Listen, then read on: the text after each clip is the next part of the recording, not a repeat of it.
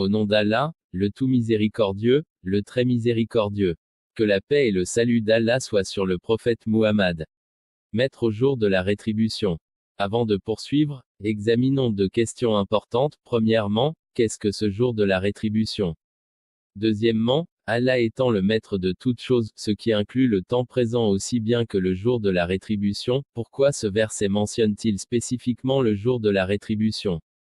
Le jour de la rétribution ou le jour du jugement est le jour fixé par Allah pour rétribuer les bonnes ou les mauvaises actions.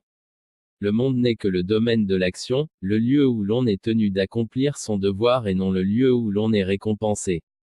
Le simple fait que l'homme se trouve être en bonne santé et riche ou puissant ne signifie pas nécessairement qu'il a gagné le plaisir et la faveur d'Allah.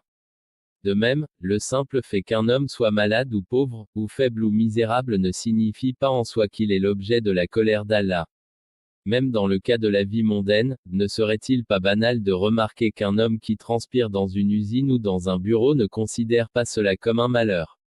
En effet, essayez de le priver de cette occasion de transpirer, et vous auriez mérité son plus grand mécontentement. Au-delà de tout ce travail, il peut entrevoir la récompense qu'il va recevoir après 30 jours sous la forme de son salaire.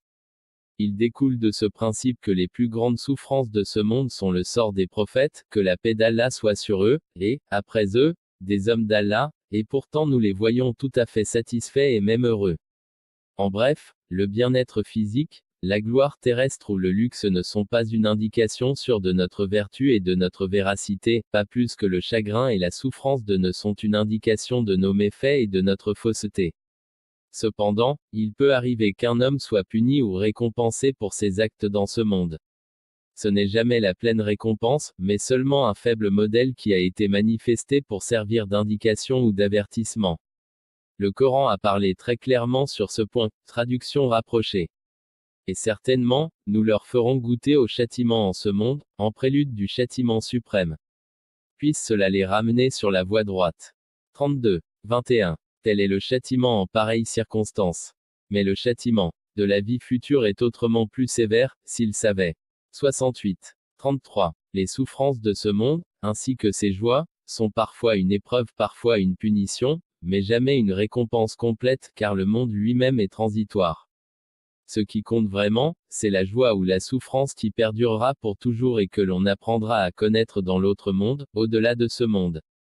Étant donné que les actions bonnes ou mauvaises ne sont pas pleinement récompensées dans ce monde, et le principe rationnel est juste que le bien et le mal n'ont pas une valeur égale, chaque action doit être récompensée ou punie selon sa nature, il en découle aisément que au-delà de ce monde il devrait exister un autre monde où chaque action, grande ou petite, bonne ou mauvaise, doit être jugée, puis récompensée ou punie à juste titre.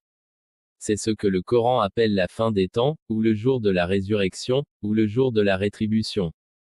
L'idée entière a été expliquée par le Coran lui-même, traduction rapprochée. L'aveugle et celui qui voit ne sont pas comparables, pas plus que ne le sont les croyants qui accomplissent des actions vertueuses, et les malfaisants. Mais vous méditez rarement à ce sujet. En vérité, l'avènement de l'heure, la fin du monde, est indubitable. Cependant la plupart des hommes n'y croient pas. 40 de 58 à 59. Qui est le maître? Nous arrivons maintenant à la deuxième question.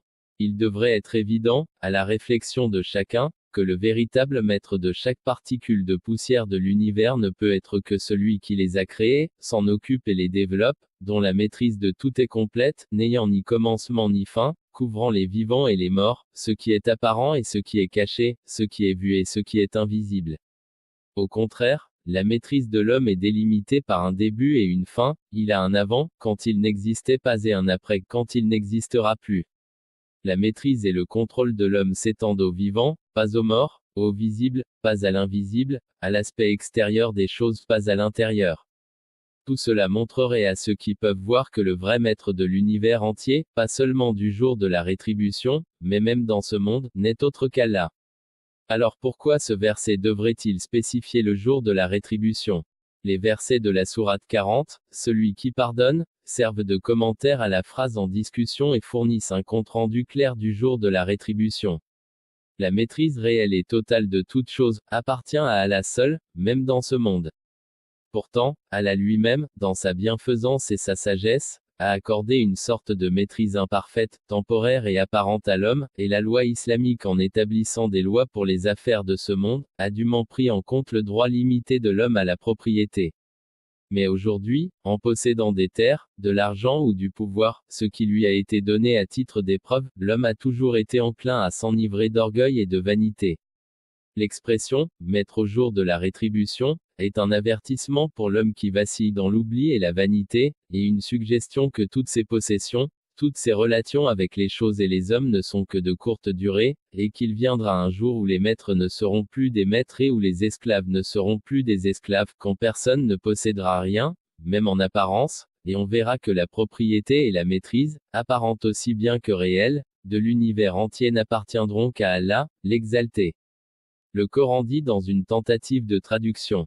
Ce jour où ils émergeront, seront ressuscités, rien de ce qui les concerne n'échappe à Allah, car qui pourra contester ce jour-là que la royauté, la puissance, appartient à Allah, l'unique, le dominateur suprême. Aujourd'hui, chacun sera rétribué à hauteur de ses œuvres. Nulle injustice en ce jour. Et Allah est prompt dans ses comptes. 40. De 16 à 17.